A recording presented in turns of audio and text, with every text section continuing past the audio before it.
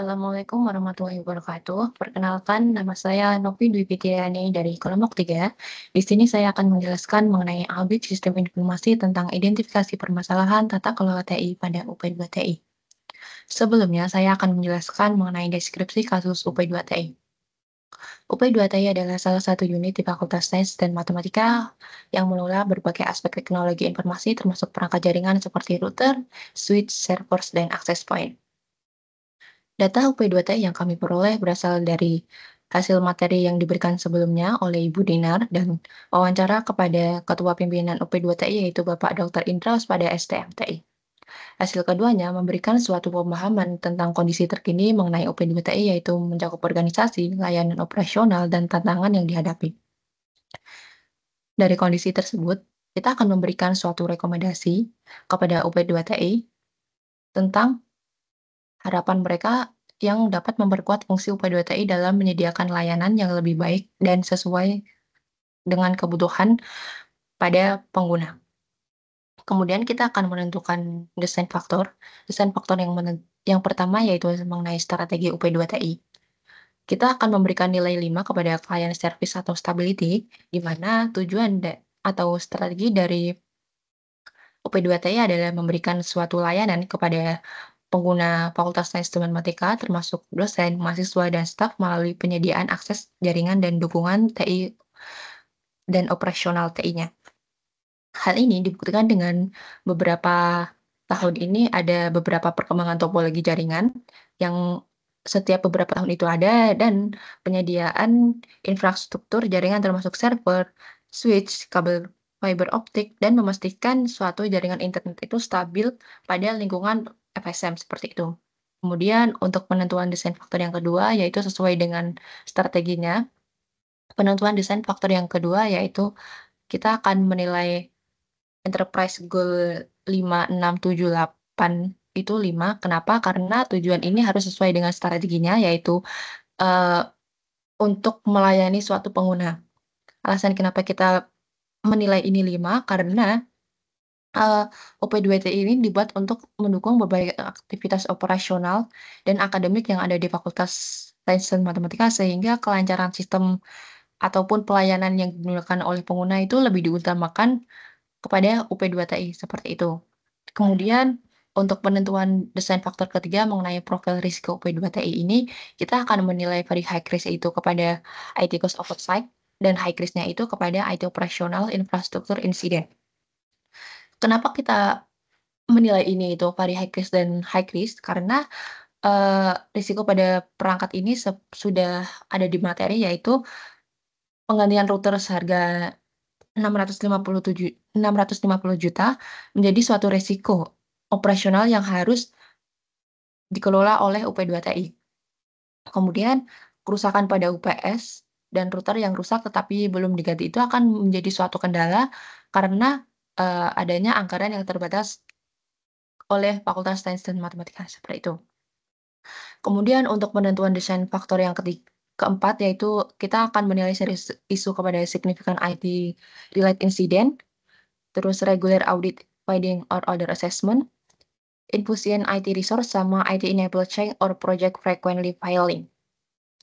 Kenapa kita menilai permasalahan IT ini tersebut serius isu? Karena pada lingkup layanan UP2TI ini mencakup suatu pengelolaan jaringan, layanan pengelolaan aset, dan dukungan teknis. Jika terjadi suatu masalah kepada IT yang berdampak pada layanan untuk pengguna Fakultas Sains Matematika seperti gangguan operasional, terus ketidakstandaran layanan tersebut, serta inefisiensi anggaran dan kurangnya pengawasan, maka dapat sangat-sangat memengaruhi kinerja dan kredibilitas layanan UP2TI.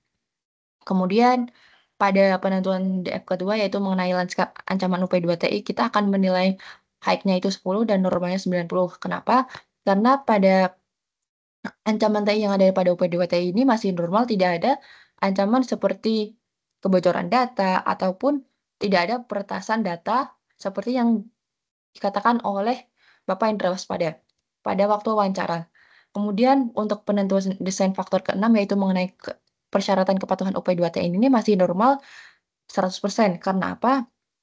Karena, UP2TI ini masih mengikuti kebijakan pengadaan perangkat sesuai dengan RAB tahunan, terus kebijakan pengelolaan perangkat keras dan lisensi juga masih dipatuhi sesuai standar fakultas dan universitas, serta proses penghapusan perangkat keras pun masih sesuai dengan prosedur dan penghapusan data juga masih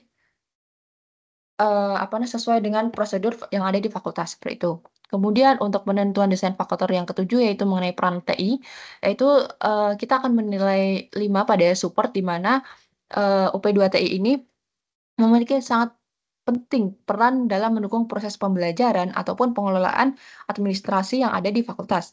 Di mana hal ini dibutuhkan dengan adanya dukungan jaringan seperti adanya pengelolaan jaringan yang memungkinkan akses internet pada lingkungan FSM, serta dukungan administrasi yang memberikan dukungan teknis untuk membantu administrasi layanan yang ada di lingkungan fakultas, seperti itu.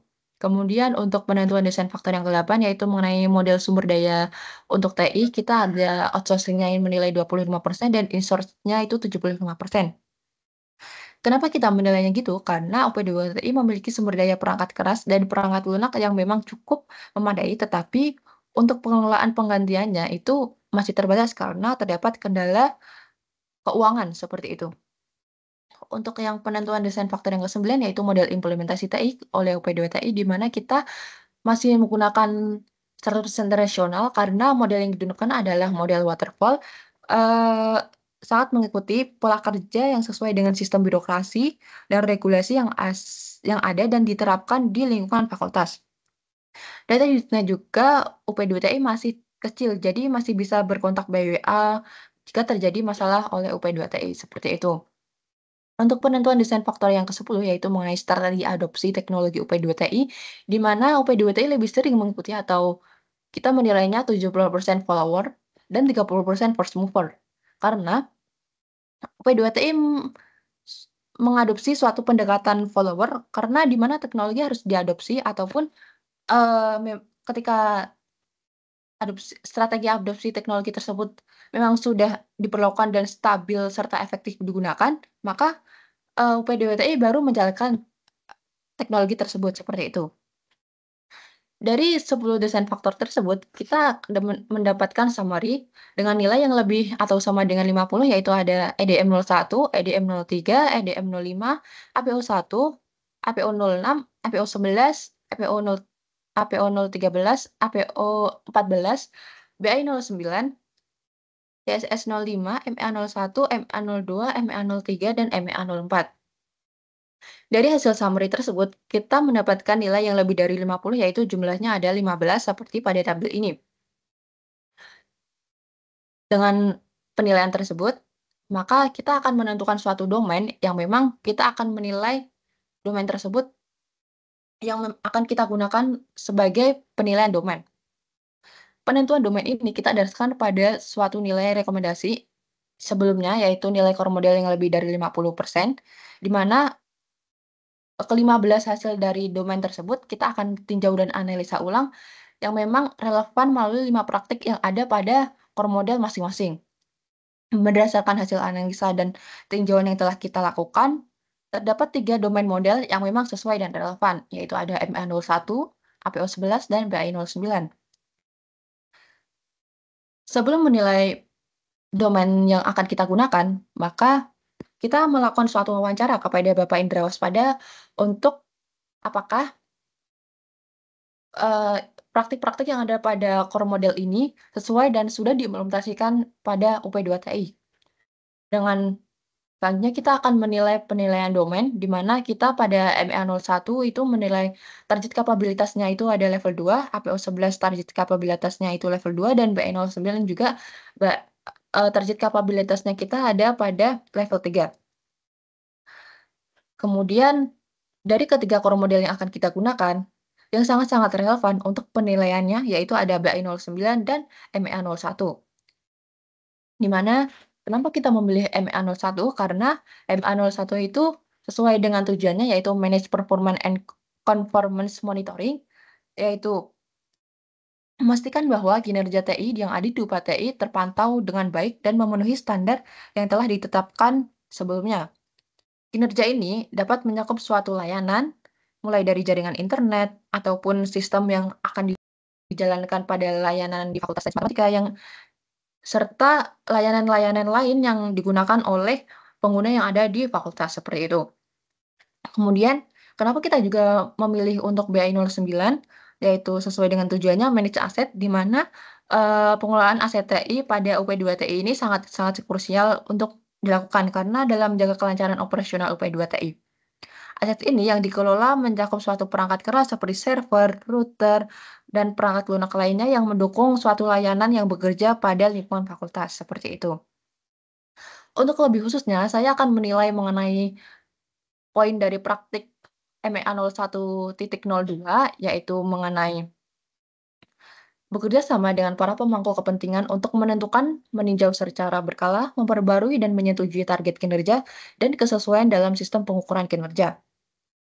Hal ini dibuktikan dengan adanya goal dan metrik belum terdefinisi secara jelas dan eksplisit oleh UP2TI, dan pada UP2TI juga masih sulit untuk memberikan usulan perubahan karena pada dasarnya tidak ada target secara eksplisit, serta belum adanya mekanisme dan sarana komunikasi dengan user, misalnya pada dashboard atau email yang diberikan oleh UP2TI kepada pengguna. Hal ini dibuktikan dengan hal tersebut karena memang pada UP2TI itu masih melakukan pengelolaan dan pemantauan kinerja layanan TI, namun belum ada sistem pengeluaran yang secara formal untuk mengevaluasi kinerja layanan tersebut secara keseluruhan. Terus, data mengenai pemantauan dan evaluasi hasil kinerja juga belum ada. Maka dari itu perlu dibuat dalam bentuk laporan yang memang lebih terstruktur dan dapat diakses oleh pihak-pihak terkait yang akan dilakukan oleh yang akan dilayani pada UP2TI tersebut. Kemudian saya akan menjelaskan secara khusus juga mengenai BI 09.02, yaitu mengenai identifikasi aset-aset penting yang dibutuhkan untuk mendukung layanan dan memastikan aset tersebut selalu andal dan tersedia sesuai dengan kebutuhan bisnis. UP2TI menyediakan atau menetapkan rencana pemulihan secara preventif untuk semua perangkat keras berdasarkan kebijakan internal UP2TI.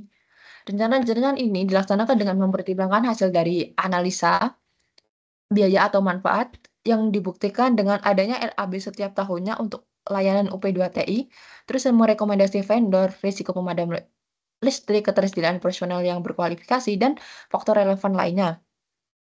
Kemudian, bukti lainnya yaitu UP2TI memperhatikan risiko kerusakan atau kebutuhan penggantian aset penting, meski belum dilakukan secara rutin, namun sudah ada upaya proaktif untuk mengusulkan pemeliharaan dan peningkatan terhadap aset penting.